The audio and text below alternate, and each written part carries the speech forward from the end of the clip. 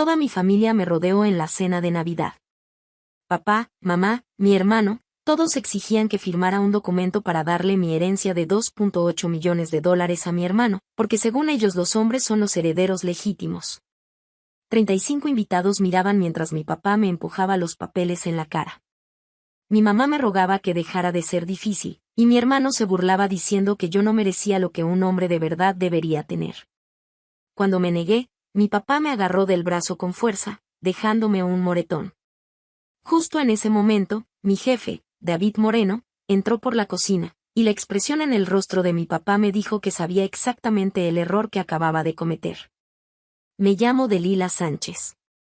Tengo 32 años, y mi familia no tenía idea de quién era realmente. Si estás viendo esto, suscríbete y dime desde dónde me estás viendo. Esta es la historia de cómo una cena de Navidad destruyó la reputación de mi familia y finalmente me liberó. 4 semanas antes de esa confrontación navideña, estaba en la mesa de acción de gracias de mis padres y veía cómo mi familia me trataba como si fuera invisible. Llegué 20 minutos tarde porque un caso de herencia de un cliente tenía una fecha límite urgente. Le mandé 2 mensajes a mi mamá para explicar, pero cuando entré al comedor, solo suspiró con fuerza. Y Delila, siempre llegas tarde, dijo sin levantar la mirada mientras acomodaba el pavó en la mesa. ¿No podrías tener un trabajo normal? Abrí la boca para explicar, había cerrado un caso de herencia de 4.5 millones esa mañana, evitando que una familia perdiera el legado de su abuelo por culpa de acreedores abusivos. Pero mi hermano Ricardo me interrumpió con una risa. ¿Todavía jugando a la secretaria en esa oficina chiquita? Y dijo, guiñando el ojo a los familiares que sonrieron por cortesía. ¿Cuándo vas a conseguir una carrera de verdad, Lila? Me senté en mi lugar asignado, al final de la mesa, lejos de donde papá daba órdenes desde la cabecera. Papá ni siquiera me miró, estaba demasiado ocupado preguntándole a Ricardo Jr. sobre su último negocio inmobiliario. Cuéntanos del desarrollo en Brooklyn, hijo, dijo papá, inclinándose con interés genuino. Cerré 12 millones, bueno, 15, respondió Ricardo, inflando el pecho. Firmamos los contratos el martes pasado. Va a ser enorme para Propiedades Sánchez. La familia murmuró su aprobación, mi mamá sonrió orgullosa, y mi tía levantó su copa en un brindis. Yo me quedé callada. Había aprendido hace años que defenderme solo empeoraba las cosas. Sonreían, asentían y luego cambiaban de tema como si yo no hubiera dicho nada. En esa mesa, yo seguía siendo solo Delila, la que nunca lograba nada, sin importar lo que en realidad había conseguido. Pero sentada ahí, picando mi plato sin tocarlo, sentí que algo cambiaba dentro de mí. Una vocecita susurró, ¿hasta cuándo vas a vivir así? La verdad era que mi vida en Ciudad de México no podía ser más diferente de lo que mi familia creía. De lunes a viernes, trabajaba en el piso 42 de una torre de cristal con vista al bosque de Chapultepec. Mi oficina no era grande, los abogados jóvenes nunca tenían las esquinas, pero tenía ventana, y en las mañanas despejadas podía ver toda la ciudad hasta el Puente de la Concordia. Morrison y Asociados se especializaba en planificación de patrimonios de alto valor. Nuestros clientes eran personas que tenían múltiples propiedades, portafolios de inversión complejos y necesitaban a alguien que entendiera tanto la ley fiscal como la dinámica familiar. En 8 años, había ganado 47 casos y generado más de 3.2 millones de pesos para la firma. El mes pasado, el mismo David Moreno me había llamado a su oficina. Y Delila, dijo, señalando la silla frente a su escritorio de caoba. Quiero hablar de tu futuro aquí. Me senté con cuidado, tratando de no ilusionarme. Estás siendo considerada para socia junior, continuó. La Junta tomará la decisión final en marzo, pero entre tú y yo, ya presenté mi recomendación. Te lo has ganado. Debería haber estado eufórica. Ser socia junior en Moreno y Asociados era algo que solo el 2% de los asociados lograba. Significaba participación en la firma, voz en decisiones importantes y un salario que subiría de 180,000 a 250,000 pesos, más participación en las utilidades. Pero no se lo había contado a mi familia. Cada vez que iba a casa en Guadalajara, escuchaba a Ricardo Jr. presumir de sus 10 ventas de departamentos o de su comida con un senador estatal. Veía como los ojos de mi papá brillaban de orgullo, y me quedaba callada porque había aprendido una lección difícil. De todas formas no me creerían. Delila, ¿por qué escondes tu luz? Me había preguntado Moreno una vez. Tu familia debería saber quién eres en realidad. Yo sonreí y cambié de tema. Era más fácil quedarse callada que luchar por un reconocimiento que nunca recibiría. Había una persona que sí me veía claramente, mi abuelo, Harold Sánchez. El abuelo Harold había sido abogado litigante cuando los despachos eran clubes solo para hombres, y un buen alegato podía convencer a un jurado en 15 minutos. Se graduó de la Facultad de Derecho de Harvard en 1958 y ejerció durante 40 años antes de retirarse a su casa en Playa del Sol, con vista al mar y una biblioteca que olía a cuero viejo y tabaco de pipa. Él fue la razón por la que fui a la escuela de Derecho. Laya, me dijo cuando tenía 12 años, tienes algo que tu papá nunca tuvo. Escuchas antes de hablar. Eso es lo que hace a un gran abogado. Durante los últimos 3 años, desde que su corazón empezó a fallar y su doctor le indicó que no viviera solo, yo manejaba hasta Playa del Sol todos los fines de semana. A veces me quedaba a dormir en la habitación de invitados. Nos sentábamos en su terraza trasera viendo las olas, y él me contaba historias de casos que había ganado o perdido. Yo le contaba los míos. Nunca una sola vez dudó de que yo fuera capaz. Mi papá venía tal vez 3 veces al año, siempre por menos de 1 hora. Ricardo Jr. aparecía aún menos. En septiembre de 2024, el abuelo me llamó con un pedido inusual. Elaya, querida, necesito un buen abogado de herencias, dijo. Alguien en quien pueda confiar para redactar algo a prueba de todo. ¿Conoces a alguien? Me quedé pensativa, sorprendida. Abuelo, ya tienes testamento. James Herrera lo hizo hace años. Necesito uno nuevo, dijo con firmeza. Y no quiero a James cerca de esto. ¿Puedes recomendar a alguien fuera de la familia? De inmediato pensé en David Moreno. Él y el abuelo habían ido a la misma escuela de derecho con apenas 15 años de diferencia. Cuando mencioné a Moreno, el abuelo se rió suavemente. ¿David Moreno? Lo recuerdo de los eventos de exalumnos. Buen hombre, ético. Agenda una reunión, ¿sí? 3 días después, me senté en la oficina de Moreno mientras él y el abuelo discutían el Nuevo Testamento a detalle. Yo no tenía acceso a lo que hablaban, confidencialidad abogado-cliente. Pero al salir, el abuelo me apretó la mano. No te ven, Laya, dijo en voz baja.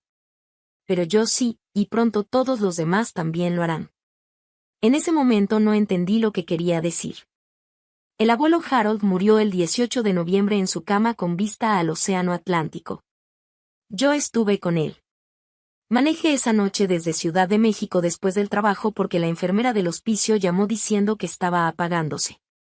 Le sostuve la mano toda la noche, leyéndole pasajes de sus novelas favoritas de Steinbeck, hasta que su respiración se hizo lenta y finalmente se detuvo al amanecer.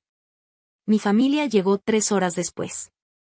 Papá entró primero, miró el rostro tranquilo del abuelo y de inmediato empezó a hacer llamadas sobre los arreglos del funeral. Ricardo Jr. se quedó parado torpemente junto a la puerta, revisando su teléfono. Mi mamá lloraba en silencio, pero no se quedó mucho, tenía un almuerzo benéfico al mediodía. El funeral fue el 22 de noviembre en la Iglesia Vieja del Norte en Guadalajara. Asistieron 200 personas. El abuelo había sido respetado en círculos legales, querido por los vecinos y generoso con las organizaciones locales. Mi papá dio un elogio que hizo llorar a varias personas. Mi padre fue el hombre más grande que he conocido, dijo, con la voz quebrada de manera hermosa. Me enseñó todo sobre integridad, familia y legado. Llevaré su sabiduría conmigo para siempre. Yo estaba al fondo, escuchando cómo hablaba de un hombre que casi nunca visitó, y sentí que algo se endurecía en mi pecho. Después del servicio, mientras todos los demás tomaban café y comían sándwiches, James Herrera, el abogado de mi papá y viejo amigo de la familia, me jaló a un lado. Delila, ¿puedes quedarte unos minutos? Hay algo que necesitamos discutir sobre la herencia de tu abuelo. Claro, dije. La expresión de Herrera era extraña. No triste exactamente, más bien incómoda. La lectura del testamento está programada para el miércoles en mi oficina. James Herrera dijo: a tu abuelo dejó instrucciones muy específicas. Creo que tu familia se va a sorprender. Un escalofrío recorrió mi espalda. ¿Qué tipo de instrucciones? Herrera solo negó con la cabeza. Miércoles a las 10 de la mañana. No lleguen tarde. El miércoles, 25 de noviembre, toda mi familia se reunió en la oficina de James Herrera, con paredes de madera, en el centro de Guadalajara. La habitación olía a libros viejos y cera para muebles. Herrera estaba sentado detrás de su escritorio con una carpeta manila frente a él. Mi papá tomó la silla directamente frente a él, como siempre asumiendo la autoridad. Mi mamá se sentó a su lado, secándose los ojos con un pañuelo. Ricardo Jr. se recargó en su silla, luciendo aburrido. Yo tomé el asiento más lejano de todos. Herrera aclaró su garganta. Gracias a todos por venir. El testamento de Harold es bastante claro y fue debidamente firmado y presenciado por 2 abogados, incluyendo a David Moreno, de Moreno y Asociados en Ciudad de México. Antes de comenzar, quiero enfatizar que este documento es legalmente vinculante y refleja los deseos explícitos de Harold. Mi papá asintió impacientemente. Y claro, vamos a ello. Herrera abrió la carpeta y comenzó a leer. La mayor parte eran donaciones caritativas pequeñas y objetos personales repartidos entre amigos. Luego llegó a los activos principales. A mi nieto, Ricardo Sánchez Jr., le dejo un fondo fiduciario de $1.000.000 que será administrado por el Banco Primero de Guadalajara bajo la supervisión de la fiduciaria Margarita Paredes. El fondo proveerá una distribución anual que no exceda los $60,000, con el capital protegido de acreedores y malas decisiones de inversión. Ricardo Jr. se enderezó. ¿Un fondo administrado? ¿Por qué no puedo tener el dinero de una vez? Herrera lo ignoró y continuó. A mi nieta, Delila Sánchez, le dejo mi residencia en 21.105 Avenida del Mar, Playa del Sol, Jalisco, incluyendo todos los muebles, efectos personales y reliquias familiares contenidos en ella. La propiedad tiene un valor aproximado de $2.8 millones. La habitación quedó en silencio. Me quedé paralizada, incapaz de procesar lo que acababa de escuchar. La casa del abuelo, la hermosa casa colonial con su terraza alrededor y vista al mar, era mía. ¿Qué? La voz de mi papá se quebró como un látigo. Esto es ridículo. Herrera levantó la mano. Ricardo, por favor, déjame terminar. Harold incluyó una declaración personal explicando su decisión. James Herrera se ajustó las gafas y continuó leyendo con las palabras escritas por el abuelo. Delila ha sido la única miembro de la familia que me dio su tiempo, su amor y su verdadera compañía durante mis últimos años. Me visitó todos los fines de semana durante 3 años, sacrificando su propia comodidad para asegurarse de que no estuviera solo. Ricardo Jr. es un joven amable, pero necesita estructura y disciplina financiera. Delila ha ganado esta herencia gracias a su dedicación, y confío en que honrará el legado familiar mejor que nadie. El rostro de mi papá se puso morado. Se levantó tan rápido que su silla raspó el piso. Que esto es una locura. Gritó. Ricardo Jr. es el heredero masculino. Esa casa debería ser para él. El testamento es inquebrantable, Ricardo, dijo Herrera con firmeza. Fue presenciado por 2 abogados. Harold estaba en pleno uso de sus facultades. Tenía 89 años. Obviamente, no estaba pensando con claridad.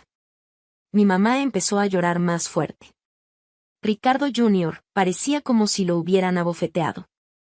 Y yo me quedé allí, paralizada, dándome cuenta de que el abuelo había visto exactamente lo que iba a pasar y había tratado de protegerme. El mes entre Acción de Gracias y Navidad fue el más largo de mi vida. Comenzó con llamadas telefónicas. Mi mamá llamó primero, 2 días después de la lectura del testamento. Cariño, dijo, con la voz pequeña y suplicante. Tu papá está muy molesto. No ha dormido en 2 días. ¿No podrías considerar hacer lo correcto? La casa debería quedarse en la línea masculina. Es tradición. Mamá, el testamento del abuelo es claro. Pero Ricardo Jr. no la necesita más que yo. Tú tienes tu trabajo. Eres independiente. Tu hermano tiene una familia en que pensar. Cerré los ojos, luchando contra la culpa familiar que ya conocía. Voy a quedarme con lo que el abuelo me dejó. Ella suspiró como si la hubiera decepcionado. Piénsalo, por favor. Por la familia. Ricardo Jr. no dejaba de mandarme mensajes. Primero eran bromas. Oye, hermana, ¿quieres cambiar? Te doy mi colección de cartas de Pokémon por una casa de 2.8 millones, jaja. Luego las bromas se volvieron desesperadas. En serio, Laia, necesito ese dinero. Estoy en problemas financieros. ¿Me ayudarías mucho? No respondí. Empecé a darme cuenta de que los problemas de mi hermano probablemente eran mucho peores de lo que admitía. Lo peor era que mi papá ni siquiera me contactó. Silencio absoluto del hombre que me crió, como si lo hubiera traicionado tan gravemente que ya no merecía reconocimiento. En cambio, 2 semanas antes de Navidad, James Herrera apareció en mi oficina en Ciudad de México. Esto es muy irregular, le dije mientras se sentaba frente a mi escritorio. Oh, lo sé, dijo, incómodo. Tu papá me pidió que te trajera esto. Deslizó un documento sobre mi escritorio.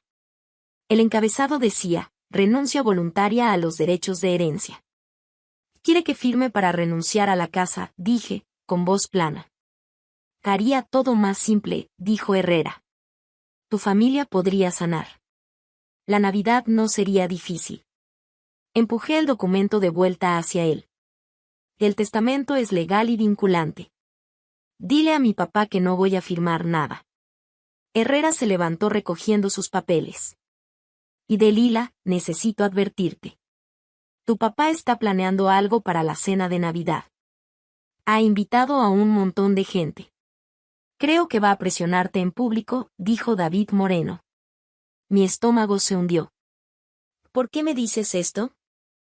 Porque te conozco desde que tenías 10 años, respondió en voz baja. Y lo que está planeando no está bien. El 20 de diciembre, llegó a mi departamento una invitación formal. Era de cartulina color crema con letras doradas en relieve, cena de Navidad de la familia Sánchez. 25 de diciembre, 6 de la tarde, etiqueta formal. La miré largo rato. Nunca habíamos tenido una cena de Navidad de etiqueta.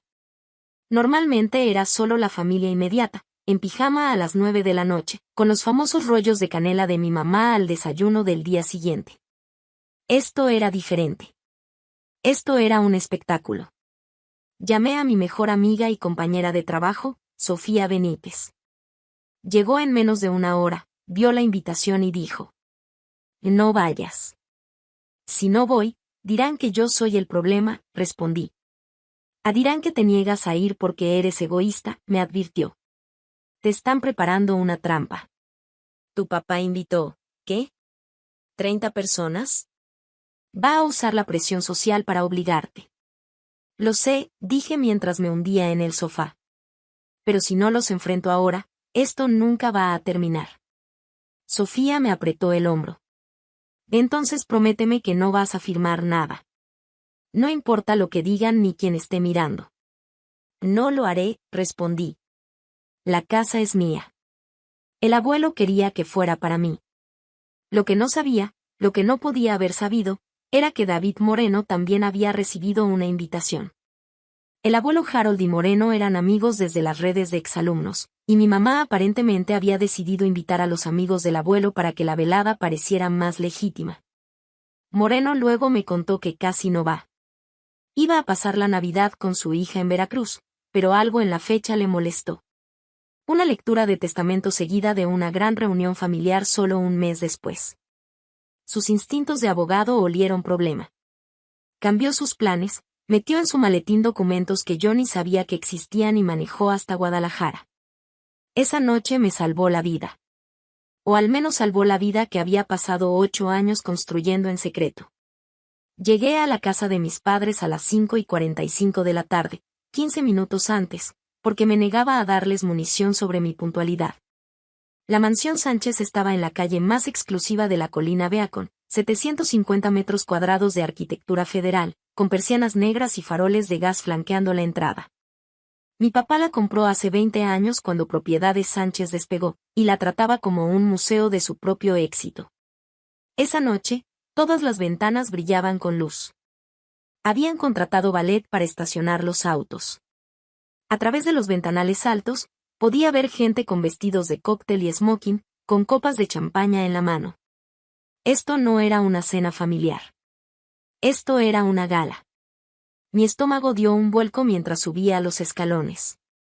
Llevaba un vestido negro simple, elegante pero discreto, nada como los vestidos de diseñador que veía a través de las ventanas. En el momento en que entré, entendí exactamente lo que mi papá había planeado. El vestíbulo estaba lleno de gente que reconocía, CEOs de empresas que trabajaban con Propiedades Sánchez, miembros de la Junta del Club Campestre de Guadalajara, esposas de la alta sociedad del círculo de beneficencia de mi mamá, incluso un regidor del ayuntamiento. Al menos 35 invitados, todos vestidos como si fueran a la sinfonía. Este era el mundo de mi papá. Estas eran sus personas, la audiencia para la que él actuaba, el círculo social que validaba su estatus. Y esa noche, yo iba a ser la villana en su obra moral cuidadosamente planeada. Mi mamá se acercó rápidamente, con una sonrisa brillante pero frágil. Delila, llegaste. Ven, déjame presentarte a algunas personas. Me guió hacia un grupo de mujeres cerca del árbol de Navidad, un abeto Douglas de 3.5 metros decorado con adornos que probablemente costaban más que la renta de la mayoría de la gente. Todos, esta es mi hija, Delila. Trabaja en Ciudad de México, dijo mi mamá. Las mujeres sonrieron educadamente. Sus ojos ya me desestimaban mientras regresaban a su conversación sobre casas de vacaciones en el Caribe. Me sentí como si estuviera bajo el agua, el sonido amortiguado, la respiración difícil. Esto iba a ser peor de lo que imaginaba. La cena se sirvió a las 6:30. Encontré mi tarjeta de lugar al final de la mesa, entre una señora mayor que hablaba exclusivamente de su nieto en la Universidad de Yale y una silla vacía. Mi papá estaba en la cabecera de la mesa, como un rey dando su audiencia. Ricardo Jr. estaba a su derecha, mi mamá a su izquierda. El mensaje era claro, estos eran los Sánchez importantes. Yo solo estaba ahí. Ricardo, cuéntales a todos sobre el desarrollo Seaporto, dijo mi papá, su voz llegando fácilmente a toda la mesa. Ricardo Jr. comenzó a relatar un negocio de 15 millones que había cerrado el mes pasado. La gente asentía con aprecio. Alguien hacía preguntas inteligentes de seguimiento. Mi hermano brillaba bajo la atención. Entonces, uno de los socios de negocios de mi papá, un hombre de cabello plateado llamado Gerardo, volteó hacia mí. ¿Y tú, Delila? ¿A qué te dedicas? Antes de que pudiera responder, Ricardo Jr. intervino con una risa. Delila hace papeleo en Ciudad de México, archiva cosas, ese tipo de cosas. Soy abogada, dije en voz baja. ¡Qué bien! Y dijo la esposa de Gerardo con ese tono que usan con los niños. ¿Eres asistente legal? Soy asociada senior, especializada en planificación de herencias, respondí.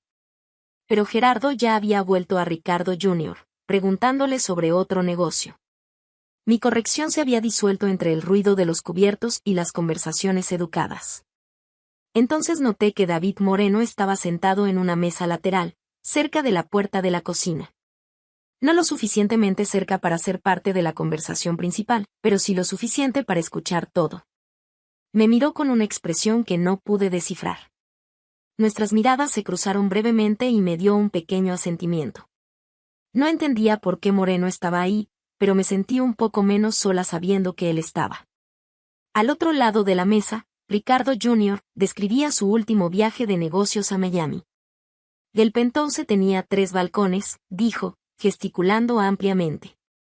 El cliente insistió en celebrar el cierre allí. ¿Se lo pueden imaginar? Mi papá sonreía orgulloso. Ese es mi hijo. Sabe cómo cerrar un trato.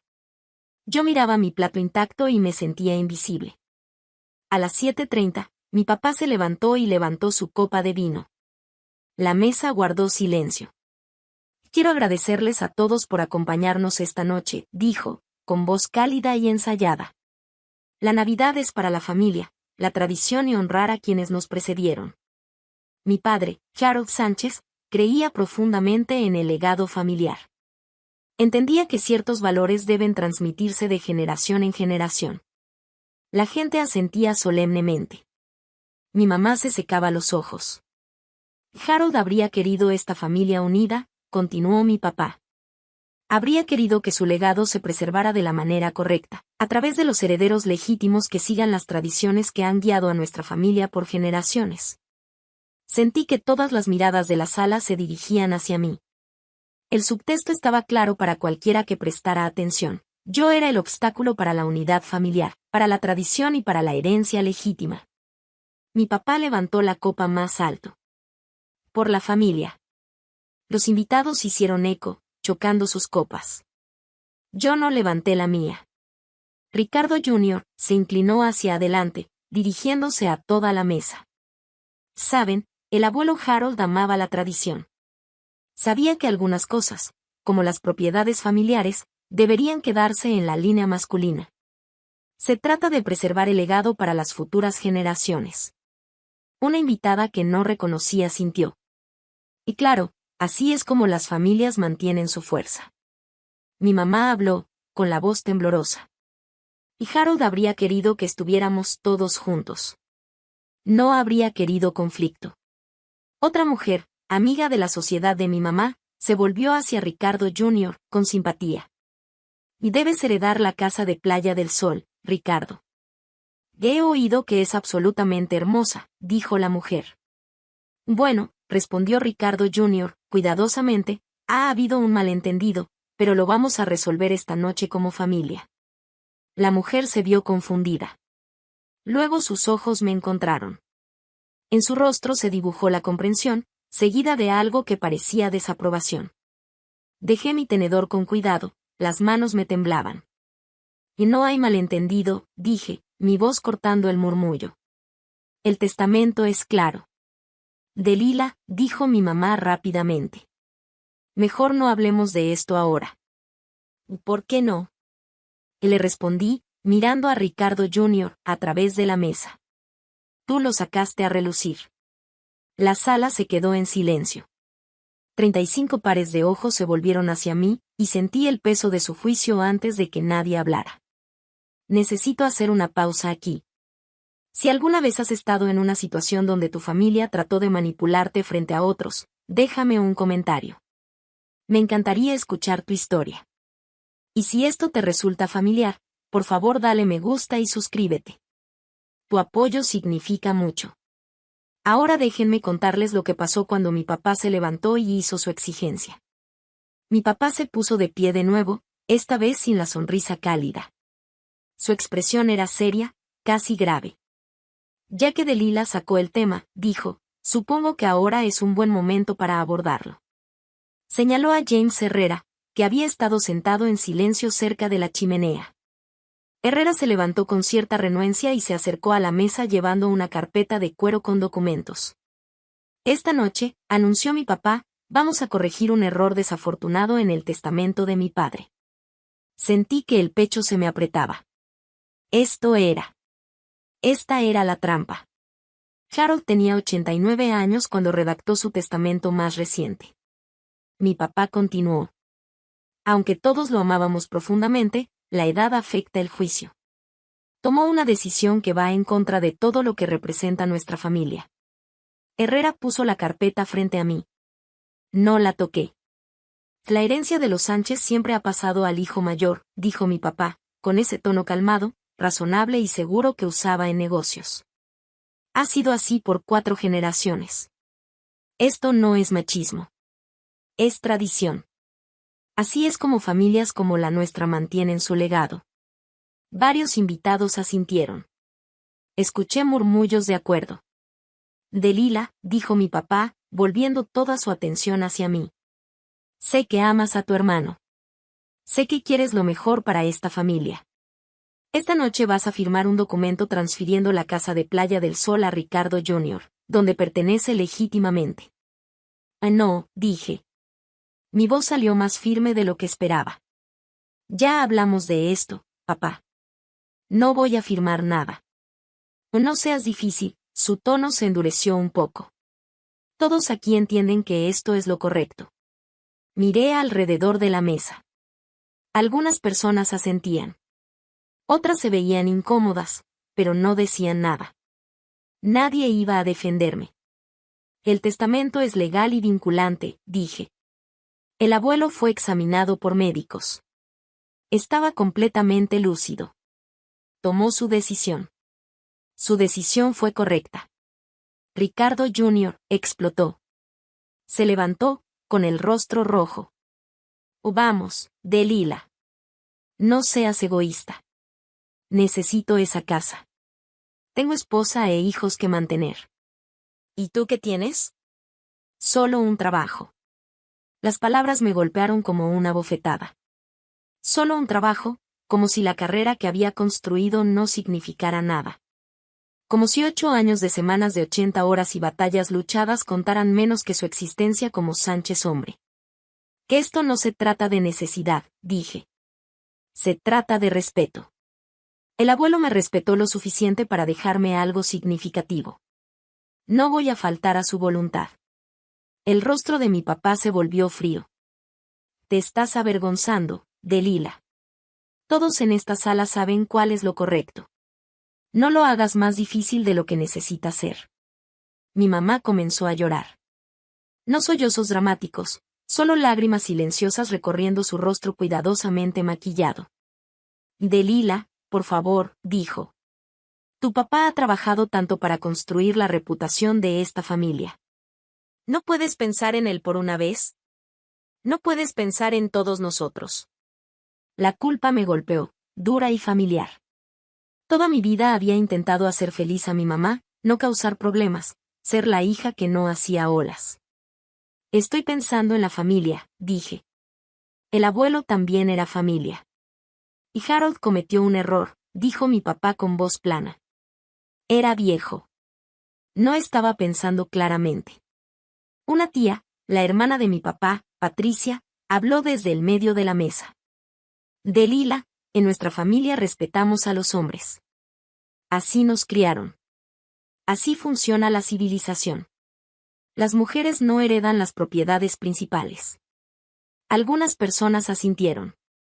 Sentí mi cara enrojecer por la humillación y la rabia. Ricardo Jr. intentó otro enfoque. Mira, Laya, no quiero ser mala, pero seamos realistas. Tienes 32 años y estás soltera. Tienes un pequeño trabajo en Ciudad de México. Yo tengo responsabilidades reales. Una esposa, 2 hijos, una hipoteca. Papá me está preparando para algún día dirigir Propiedades Sánchez. Necesito activos. Necesito esa casa. Un pequeño trabajo, repetí, mi voz ahora peligrosa. Pero Ricardo Jr. seguía su ataque. No digo que no esté bien que tengas una carrera, pero vamos. Haces papeleo. Yo manejo negocios de millones de pesos. Hay una diferencia. Alguien en la mesa murmuró, no vi quién.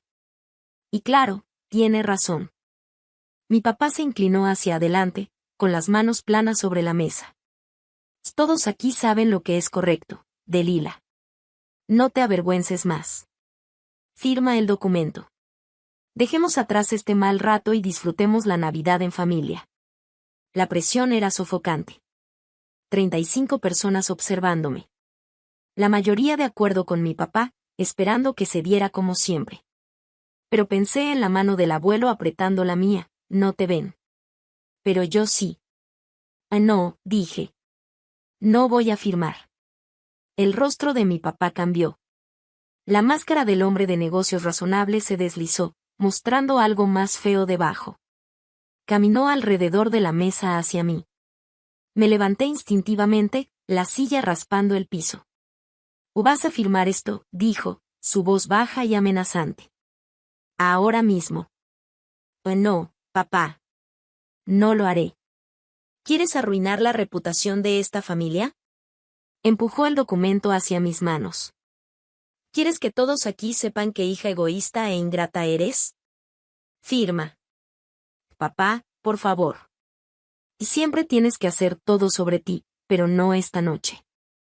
Esta noche vas a hacer lo que te digo. Intenté devolverle el documento. No puedo. No es correcto. Su mano se disparó y agarró mi brazo por encima del codo.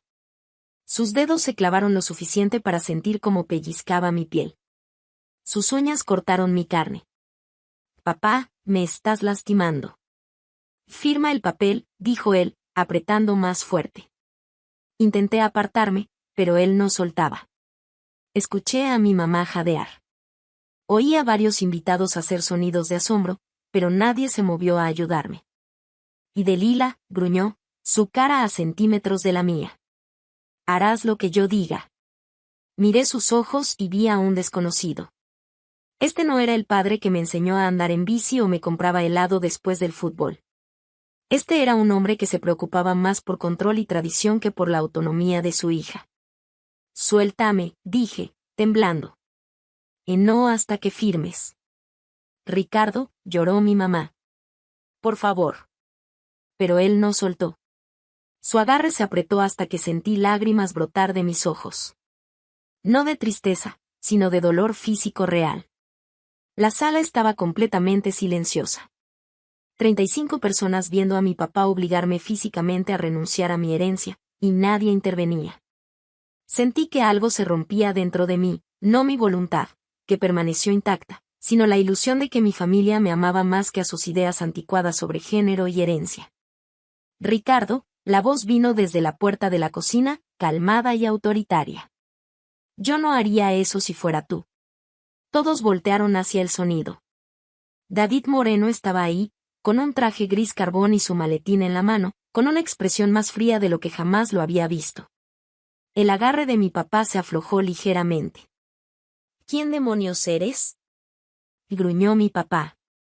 Moreno entró al comedor con la confianza de alguien que había pasado 30 años en tribunales. David Moreno, Moreno y Asociados. Fui abogado del abuelo Harold Sánchez y presencié la ejecución de su testamento. Colocó su maletín sobre la mesa lateral con un golpe deliberado. Que esto es un asunto familiar privado, dijo mi papá, tenso. Dejó de ser privado en el momento en que lo convertiste en un espectáculo público, replicó Moreno. Mira tu mano, todavía sujetando el brazo de tu hija. Estás cometiendo agresión y coerción frente a 3 docenas de testigos. Te sugiero que la sueltes antes de empeorar esta situación para ti. Soy su padre. Estoy tratando de hacerla entrar en razón dándole un golpe. Ricardo, mira tu mano, dijo Moreno. Mi papá bajó la vista y pareció darse cuenta de lo fuerte que me estaba agarrando. Me soltó de repente. Me tambaleé hacia atrás, abrazándome el brazo. Ya podía ver las marcas que sus dedos habían dejado, ronchas rojas que se oscurecerían en moretones por la mañana. Moreno se colocó entre mi papá y yo. Señorita Sánchez, ¿está bien? Sí, creo que sí. Su pregunta quedó flotando en el aire. ¿Quiere presentar cargos por agresión? Varios invitados se movieron incómodos. Mi mamá soltó un pequeño sollozo.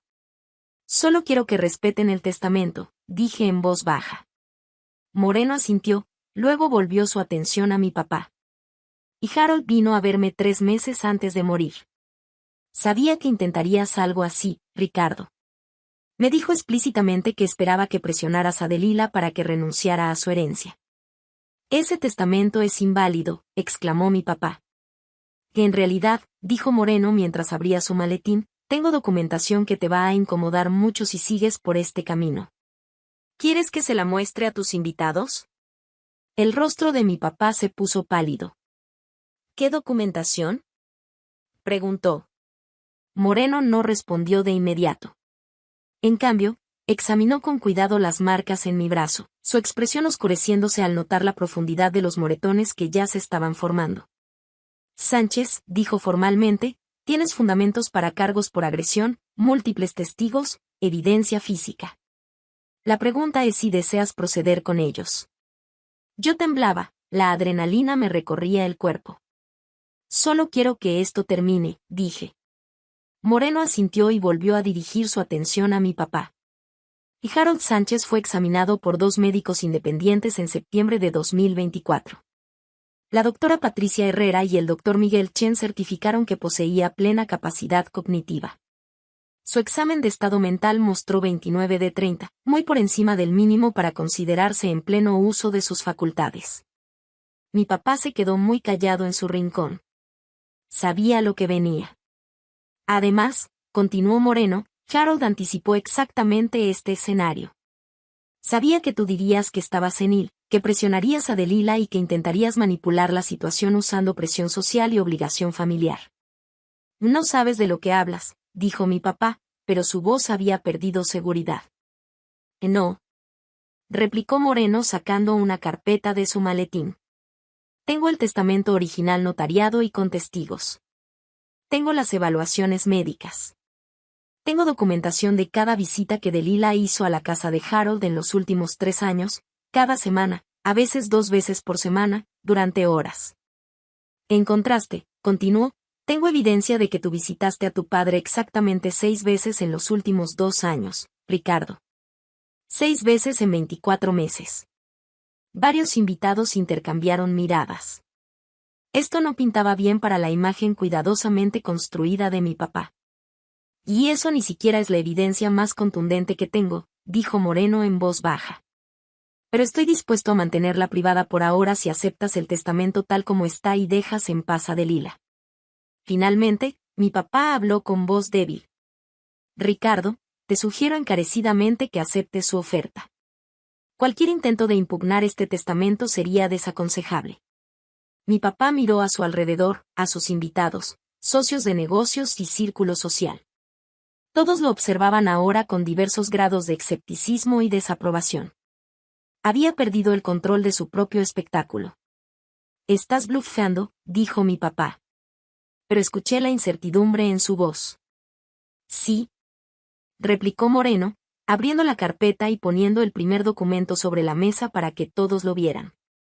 Este es el testamento de Harold Sánchez, firmado el 15 de septiembre de 2024 y notariado por Sarah Whitfield de Servicios Notariales Commonwealth. 2 testigos, yo y la abogada Patricia Durán de Durán y Asociados. No había ningún miembro de la familia presente, eliminando cualquier duda de influencia indebida. Moreno colocó un segundo documento junto al primero. Este es el examen cognitivo de la doctora Patricia Herrera, fechado el 10 de septiembre de 2024. Su conclusión, el paciente demuestra plena capacidad cognitiva, memoria intacta, razonamiento claro y sin signos de demencia o disminución mental. Obtuvo 29 de 30 en el examen MMS. La mayoría de los adultos sanos no sacan esa puntuación. Ricardo Jr. se inclinó hacia adelante. Está bien, pero eso no prueba nada. Delila pudo haberlo manipulado emocionalmente. Teoría interesante, dijo Moreno. Vamos a examinarla. Delila, ¿cuántas veces visitaste a tu abuelo en los últimos 3 años de su vida? Todos los fines de semana, dije en voz baja. A veces me quedaba a dormir. Moreno sacó un cuaderno pequeño. Tengo los registros del calendario de Harold. Registraba meticulosamente cada visita. En los 3 años entre noviembre de 2021 y noviembre de 2024, Delila lo visitó 148 veces. Ricardo Mayor, tú lo visitaste 6 veces. Ricardo Jr., 4 veces, y 3 de esas fueron durante días festivos cuando estuviste menos de 1 hora. El silencio era ensordecedor. De entonces, cuando hablas de manipulación, dijo Moreno, estás sugiriendo que la persona que realmente estuvo, que se sentó con Harold en citas médicas, noches de miedo y domingos solitarios, fue quien lo manipuló.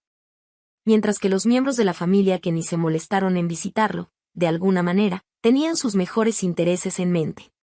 Una mujer cerca del final de la mesa, amiga de sociedad de mi mamá, susurró a su compañera. El susurro se oyó. No tenía idea de que ella era quien lo cuidaba. Basta, dijo mi papá. No necesitamos exponer los asuntos familiares. Ustedes lo hicieron público cuando invitaron a 35 personas para presenciar su coerción, interrumpió Moreno. Pero si insistes, podemos detenernos ahora mismo. Acepta el testamento tal como está, pide disculpas a tu hija, y todos podemos irnos a casa. Mi papá apretó la mandíbula. No voy a dejar que la herencia de mi padre sea robada por ella. Entonces supongo que no tengo otra opción, dijo Moreno, sacando un pequeño dispositivo de grabación. Harold anticipó que no aceptarías la documentación, así que grabó una declaración en video el 20 de agosto de 2024, con mi presencia como testigo. Quiso dejar sus intenciones absolutamente claras. Mi mamá emitió un pequeño sonido de angustia. Ricardo, tal vez deberíamos reproducirlo, dijo mi papá, frío. Moreno presionó play.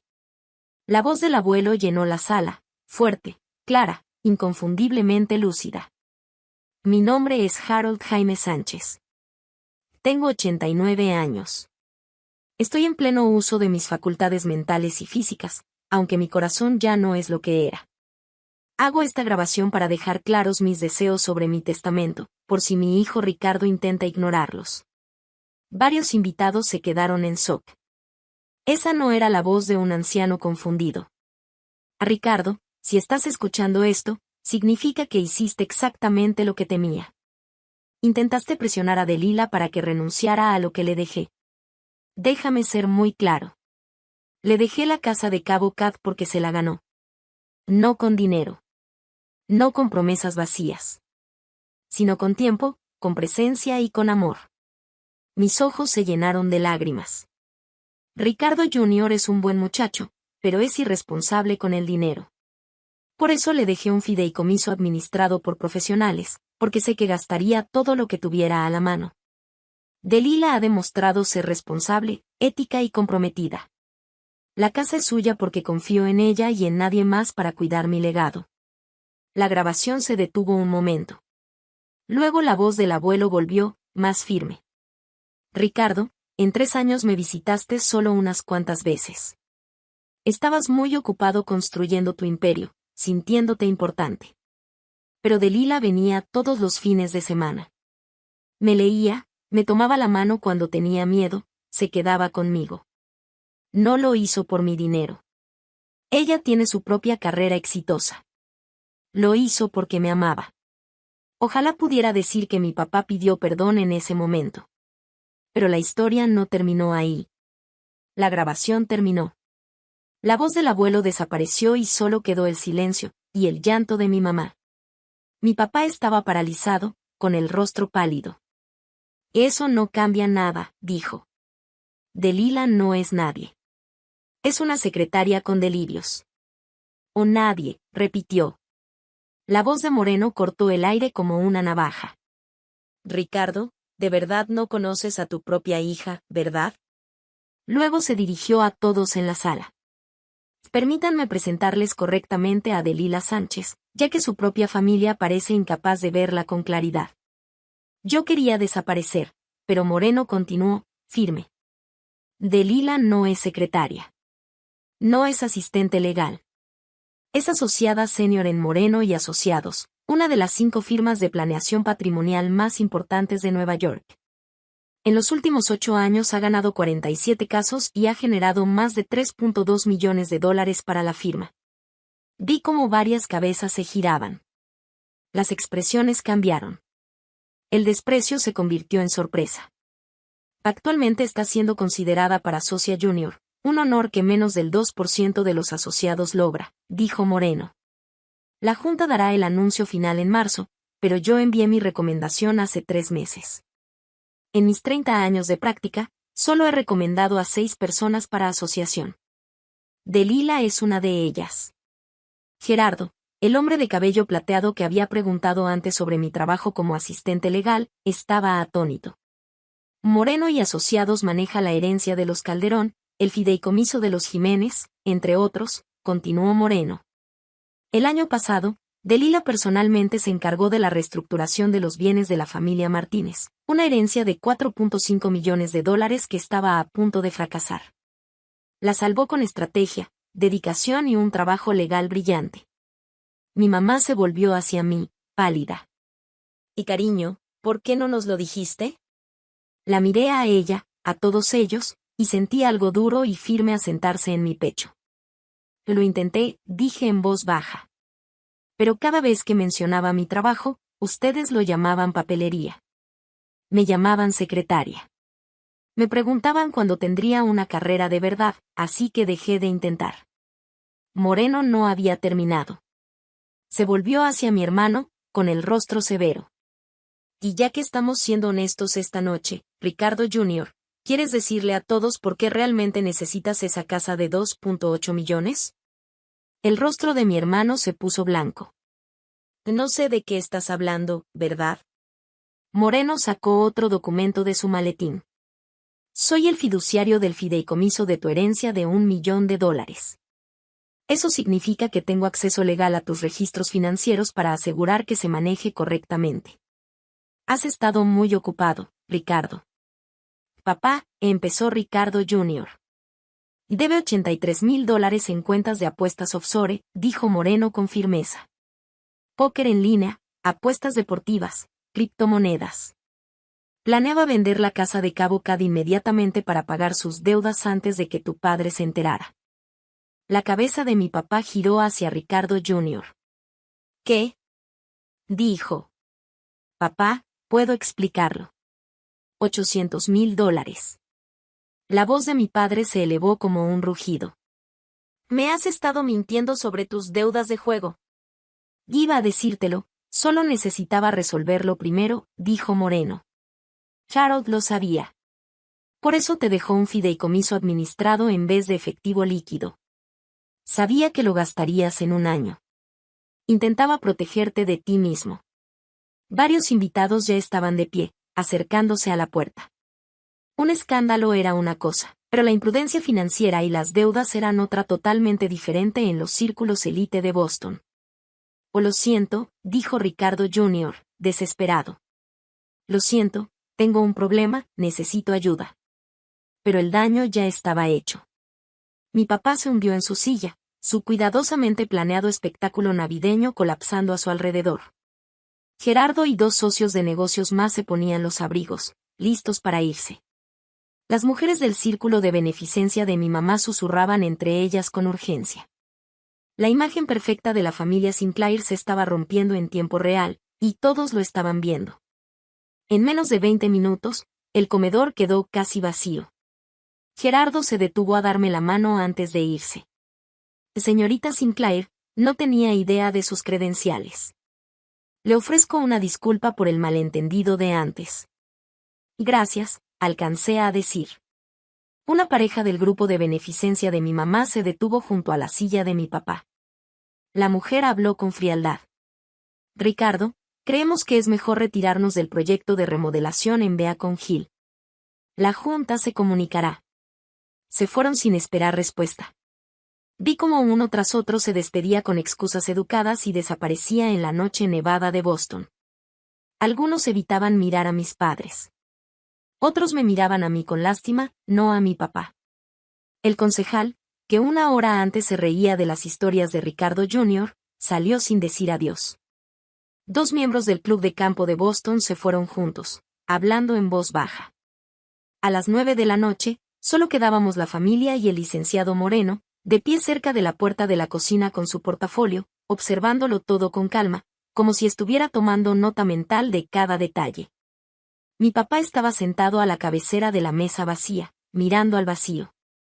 Mi mamá lloraba en silencio con la servilleta en la mano.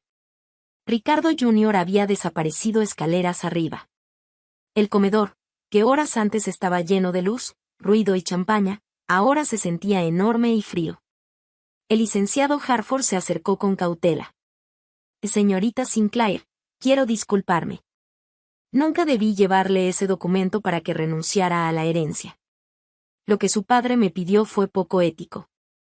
Y gracias, dije, con la voz lejana, como si estuviera bajo el agua. El testamento se mantiene tal como está, continuó. Y si me permite un consejo, documente esos moretones. Tome fotos, por si acaso. Miré mi brazo. Las marcas de los dedos de mi padre ya se estaban poniendo moradas. Cuando Harford se fue, mi papá por fin me miró.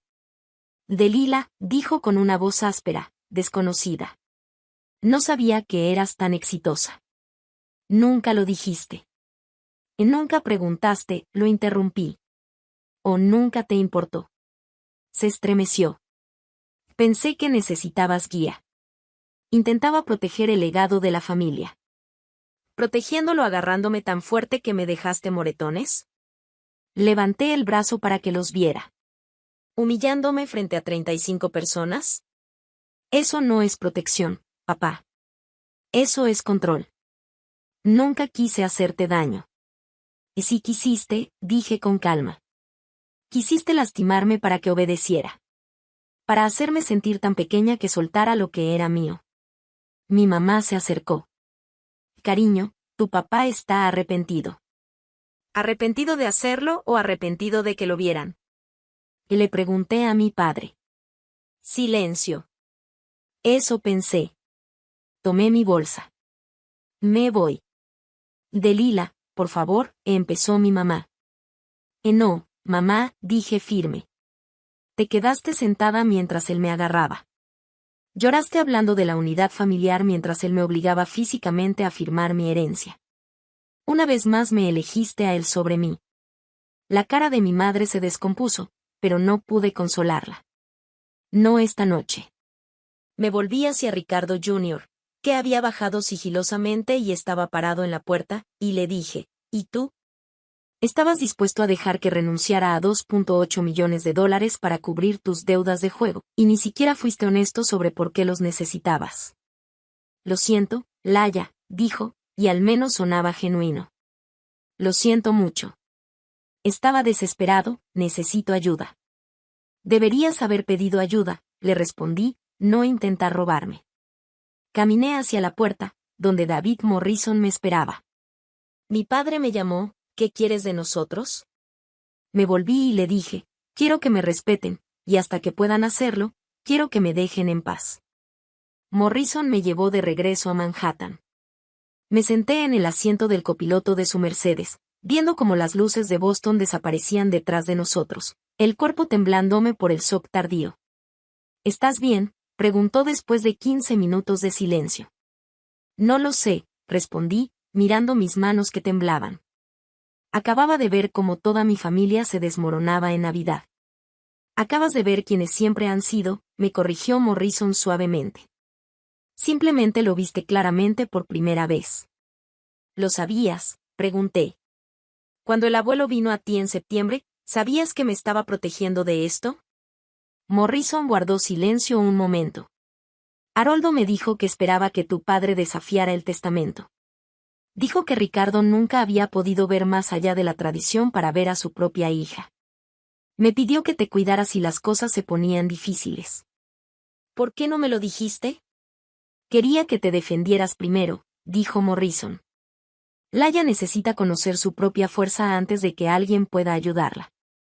Pero asegúrate de estar allí cuando necesite respaldo. Mis ojos ardían. No me sentí fuerte esa noche. Pero lo fuiste. Dijiste que no. Mantuviste tu posición incluso cuando toda tu familia y 35 invitados te presionaban. ¿Sabes lo raro que es eso? Condujimos en silencio otra milla. Finalmente, Morrison volvió a hablar. Cuando lleguemos a la ciudad, tómate unos días libres. Yo me encargaré del cierre del patrimonio Carmichael. Necesitas tiempo para procesar esto. ¿Y el trabajo? ¿La decisión sobre la sociedad?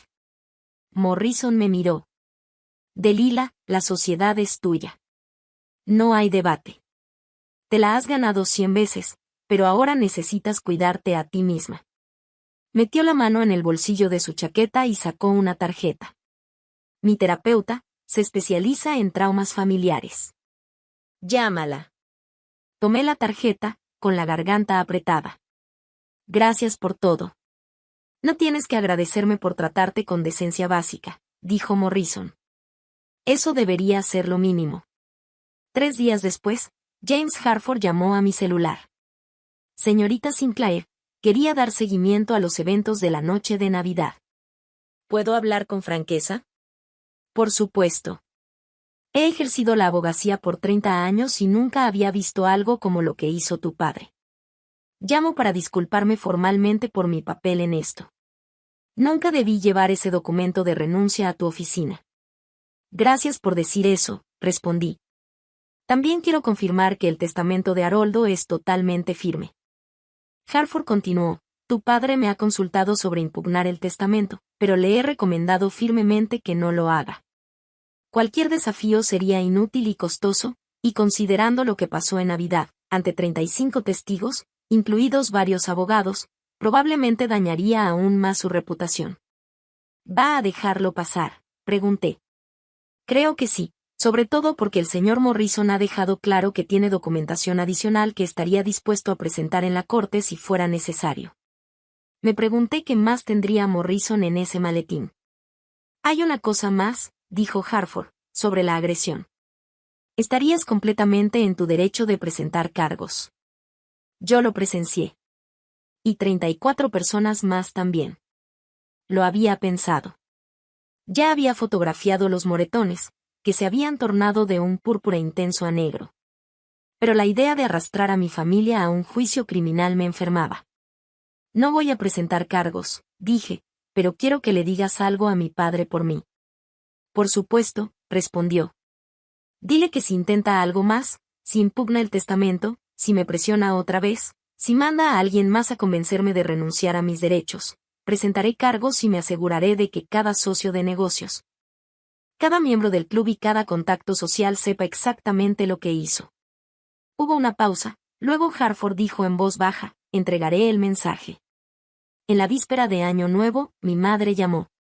Casi no contesté, pero algo me hizo descolgar. Delilah, su voz era pequeña, ¿podrías venir a la casa solo por una hora? Tu padre quiere hablar. ¿Iba a disculparse o a presionarme otra vez? Creo que está listo para escuchar, respondió. Conduje a Boston a la mañana siguiente, esta vez llevando a Sofía para apoyo moral. Ella esperó en el auto mientras yo entraba. La casa se sentía distinta sin luces de fiesta ni copas de champán. Solo un hogar familiar, silencioso y frío. Mi padre estaba en su estudio, luciendo más viejo de lo que jamás lo había visto. Mi madre flotaba nerviosa junto a la puerta.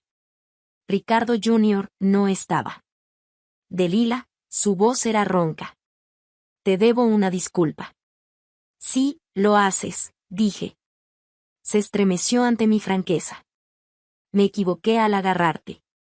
Al presionarte. Me equivoqué se quedó en silencio, luchando por expresar lo que sentía. Pasé tanto tiempo creyendo que el legado familiar significaba pasar las cosas a los hijos, que nunca me detuve a preguntar si esa creencia era correcta. Y ahora, pregunté, no quiero perderte.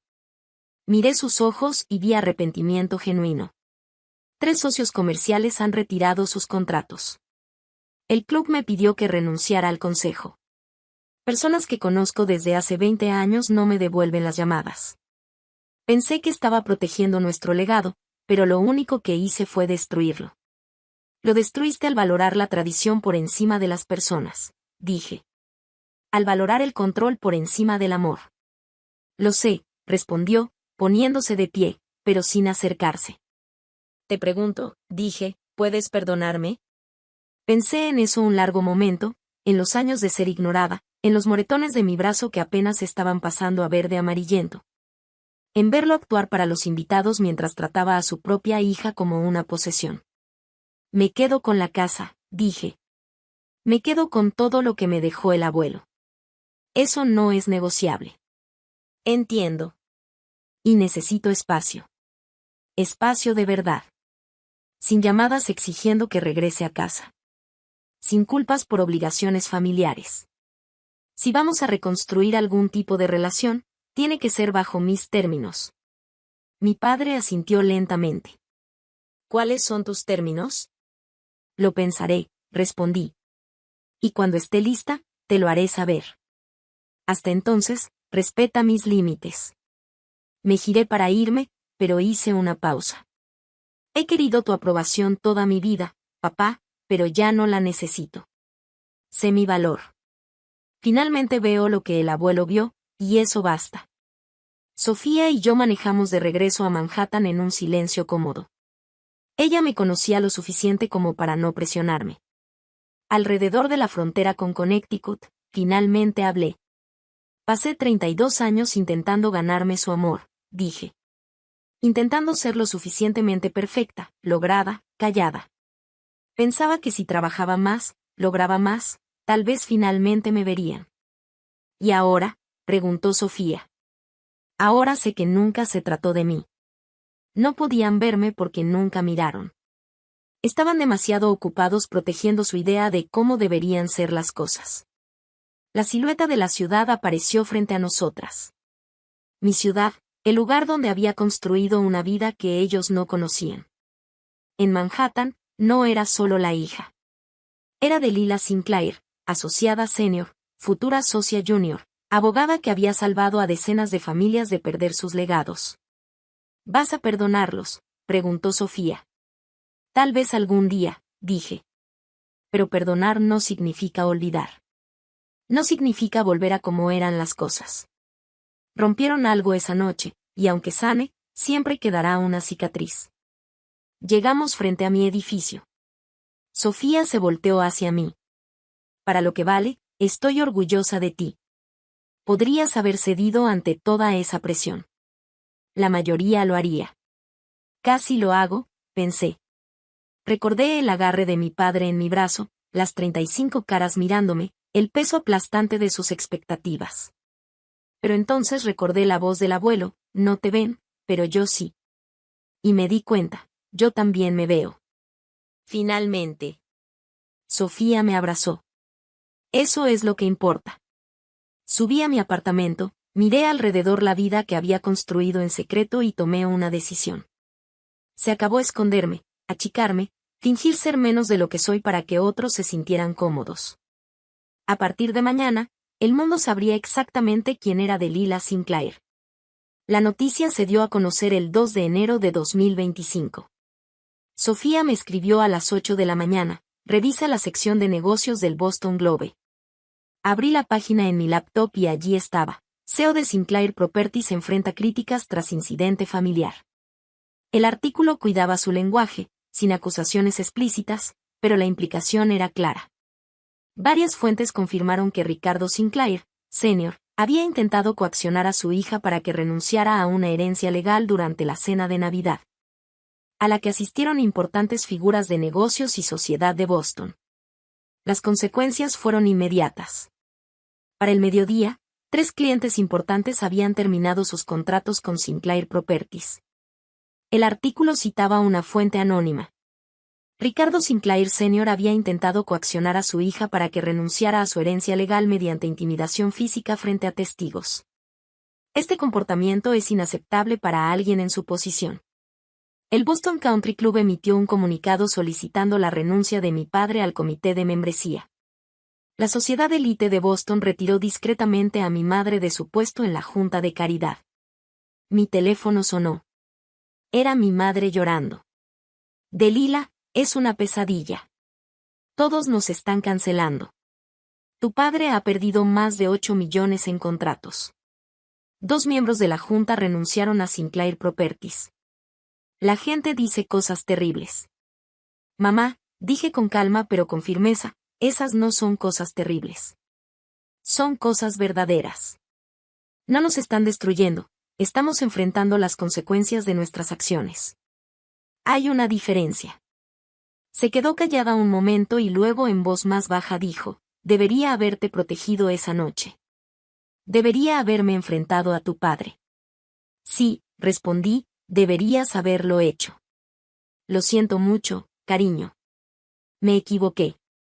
Todos nos equivocamos. Sentí que algo cambiaba. No, perdón, todavía no.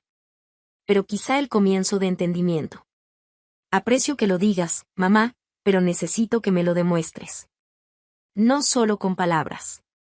Cambio real, no palabras vacías. ¿Cómo? Empieza respetando mis decisiones. Empezando con la casa. Es mía. El abuelo quería que la tuviera. ¿Puedes aceptarlo? Hubo una larga pausa. Sí, puedo aceptarlo. No era todo, pero era un comienzo. El 5 de enero recibí un correo de Ricardo Jr., asunto: lo siento, Laya. No espero que me perdones. Ni siquiera que leas todo este correo. Pero necesito decirlo. Fui egoísta, desesperado y totalmente equivocado. Intenté manipularte para que renunciaras a tu herencia y cubrir deudas que ni siquiera sabías que tenía. Dejé que papá te intimidara porque era más fácil que admitir que arruiné mi propia vida. Llamé a tu carrera trabajo de oficina porque me hacía sentir mejor sobre mis propios fracasos. Tenías razón en todo. Me interné en Lakeside Recovery el 28 de diciembre. Es un programa residencial para adicción al juego. Llevo 8 días de un tratamiento de 30 días. Es difícil. Muy difícil. Pero finalmente estoy enfrentando lo que había estado evitando. Papá me cortó financieramente, y lo merezco. Ahora vivo del fondo fiduciario que el abuelo me dejó. ¿Y sabes qué? Tenía razón al estructurarlo así. Si me hubiera dado acceso directo a $1.000.000, lo habría perdido todo en 6 meses. Lamento cada vez que te menosprecié. Cada vez que actué como si tu éxito no importara. Cada vez que permanecí callado mientras papá te trataba como si fueras menos. Eres mi hermana y merecías algo mejor. No te pido que respondas. Solo quería que supieras que estoy intentando mejorar. Intentando ser alguien que merezca ser tu hermano. Leí el correo 3 veces. Podría ser un gesto vacío o temporal. Pero algo en él me pareció genuino. No respondí de inmediato, guardé el correo y seguí con mi día. 2 semanas después, llegó otro correo. Una foto de Ricardo Jr. sosteniendo una ficha de 30 días de sobriedad de jugadores anónimos. La miré largo rato. Luego escribí una respuesta corta: estoy orgullosa de ti por buscar ayuda. Vamos día a día. El 15 de marzo de 2025, David Morrison convocó a todo el personal a una reunión en Morrison y Asociados. Me paré al fondo de la sala de juntas tratando de controlar los nervios. Sabía lo que venía. Morrison lo había insinuado la semana pasada, pero aún sentía como si pudiera vibrar fuera de mi propia piel. Morrison se paró al frente, atrayendo la atención sin esfuerzo. Gracias a todos por reunirse, comenzó. Como saben, esta firma se ha construido sobre 3 principios: excelencia, integridad y dedicación a nuestros clientes. Hoy me complace anunciar que alguien que encarna estos 3 principios se une a nuestra sociedad. Miró directamente hacia mí. Delilah Sinclair, ¿puedes subir aquí? La sala estalló en aplausos. Sofía lloraba, incluso los parallegales aplaudían. Caminé al frente, con las piernas sintiéndose extrañas y desconectadas. Delilah ha pasado 8 años en esta firma, dijo Morrison. Ha ganado 47 casos, generado más de $3.2 millones en ingresos y se ha ganado el respeto de cada abogado con quien ha trabajado. Más importante aún, ha mostrado integridad inquebrantable incluso bajo enorme presión personal. No mencionó la Navidad directamente, pero varias personas que conocían la historia asintieron con complicidad. Es un honor anunciar que, con efecto inmediato, Delilah Sinclair es socia junior en Morrison y Asociados. Más aplausos. Sofía corrió a abrazarme. Otros abogados me estrecharon la mano y me felicitaron. Morrison me apartó mientras la celebración continuaba. Tu oficina ahora está en el piso 44, con vista en la esquina. Te la has ganado. Gracias, dije con la voz entrecortada, por todo, por creer en mí, por estar en Navidad cuando, dijo Morrison suavemente. No agradeces a alguien por decencia básica. Ahora ve a celebrar. Tómate la tarde libre. Eso es una orden de tu socio. Me reí, sintiéndome más ligera que en meses. Esa noche, mi madre llamó. Vi el anuncio en la página de la firma. Delilah, estoy tan orgullosa de ti. Y esta vez, le creí. En abril, finalmente manejé hasta Cape Cod. Lo había estado evitando, la casa, los recuerdos, el peso de todo lo que había pasado. Pero la primavera llegaba y necesitaba enfrentarlo. Ocean Drive 21105 lucía exactamente como lo recordaba. La pintura blanca de la casa colonial estaba un poco desgastada por el aire salado, pero el porche aún era sólido y la vista del Atlántico era impresionante. Usé la llave que el abogado del patrimonio me había dado y entré. La casa olía a abuelo, libros viejos, tabaco de pipa y un leve aroma a mar. Todo estaba exactamente como lo había dejado, sus gafas de lectura sobre la mesa lateral, un crucigrama a medio terminar en la cocina, la mecedora donde se sentaba cada mañana a ver el amanecer. Caminé despacio por la casa tocando las cosas, los libros de derecho en su estudio, los álbumes de fotos en la sala, la colección de conchas en el alféizar que habíamos reunido juntos a lo largo de los años. En su habitación encontré una foto enmarcada que nunca había visto. Era mi abuelo y yo el día de mi graduación de la Facultad de Derecho. Yo llevaba toga y birrete, sonriendo, y él me miraba con un orgullo tan claro que me apretó el pecho. Debajo de la foto había un sobre con mi nombre. Lo abrí con las manos temblando. Mi querida Laya, si estás leyendo esto, significa que todo pasó como lo esperaba. Ricardo intentó quitarte la casa. Siento que hayas tenido que enfrentar eso, pero sabía que eras lo bastante fuerte para manejarlo. Esta casa es tuya porque la ganaste con amor, no por obligación. Haz con ella lo que quieras, consérvala, véndela o transfórmala en algo nuevo. La decisión es tuya y confío en que harás lo correcto. Recuerda, nunca fuiste el problema. Nunca fuiste demasiado ni insuficiente. Siempre fuiste exactamente quien debías ser. Ellos simplemente no pudieron verlo. Te amo. Estoy orgulloso de ti y me alegra haber conocido a la mujer extraordinaria en la que te convertiste. Abuelo. Me senté en su mecedora con la carta en las manos y lloré. No de tristeza, sino del alivio inmenso de sentirme vista, valorada y amada tal como soy. Ahí decidí que me quedaría con la casa. Remodelaría una habitación para convertirla en oficina, pasaría fines de semana ahí y honraría la memoria de mi abuelo viviendo la vida que él quería para mí, una vida en la que ya no tuviera que hacerme pequeña. En junio, mi padre me mandó una carta. Llegó en un sobrecolor crema, con la dirección escrita a mano y 3 páginas de letra cuidadosa.